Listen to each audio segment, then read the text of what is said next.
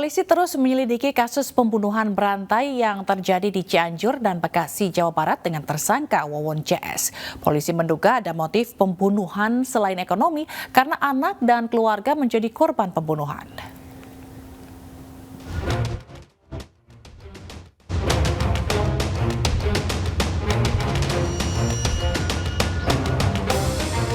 Polisi mengungkap 9 korban pembunuhan berantai di Bekasi Cianjur yang dilakukan oleh tersangka Wawon CS. Menurut polisi, 6 dari korban pembunuhan tersebut masih keluarga tersangka, sementara 2 lainnya adalah mantan TKW. Korban pertama adalah mantan TKW bernama Siti, yang didorong ke laut oleh Noneng yang merupakan mertua Wawon. Jasad korban dimakamkan di Garut. Korban kedua adalah Farida, ia dibunuh oleh tersangka Wawon dan dikubur di dekat rumah tersangka di Cianjur. Korban ketiga adalah Noneng, ia dibunuh oleh Duloh setelah diantarkan oleh Wawon.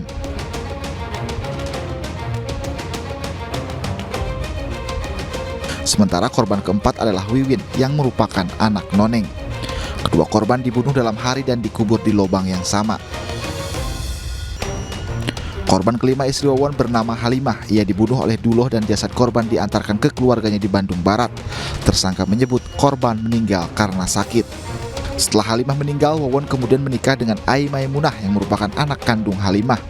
Dari pernikahannya ini memiliki 2 anak yakni Bayu dan Neng Ayu. Bayu yang merupakan anak Wawon menjadi korban ke-6. Bayu dibunuh oleh Duloh dan dikuburkan di samping rumah Duloh. Sementara korban ke-7 hingga ke-9 adalah Ai Maimunah, Ridwan Abdul Aziz, dan Riswandi. Korban diracun di rumah kontrakan di kawasan Bekasi, Jawa Barat oleh tersangka Duloh. Dari 5 orang yang diracun, 2 diantaranya selamat, yakni Dede Solehudin dan Neng Ayu. Namun belakangan, Dede Solehudin ditetapkan menjadi tersangka bersama Wawon dan Duloh. Dede ikut minum racun untuk meyakinkan para korban lain. Dari pengakuan tersangka, mereka menipu korban dengan janji bisa meningkatkan kekayaan dengan menggandakan uang. Menurut polisi, para tersangka meraup kurang lebih 1 miliar rupiah dari para korban. Polisi terus menyelidiki pembunuhan berantai ini termasuk mendalami adanya motif lain selain ekonomi. Kemudian terkait dengan dana-dana kita masih mendalami hasil keterangan daripada tersangka, mungkin kurang lebih 1 miliar aja. Itu masih kita dalami lagi, jadi belum tuntas. Ini masih kita dalami kan, ini kan baru 2 hari yang lalu, ya. Baru 2 hari yang lalu kita akan dalami. Jadi penyidikan kami ini sifatnya berkesinambungan.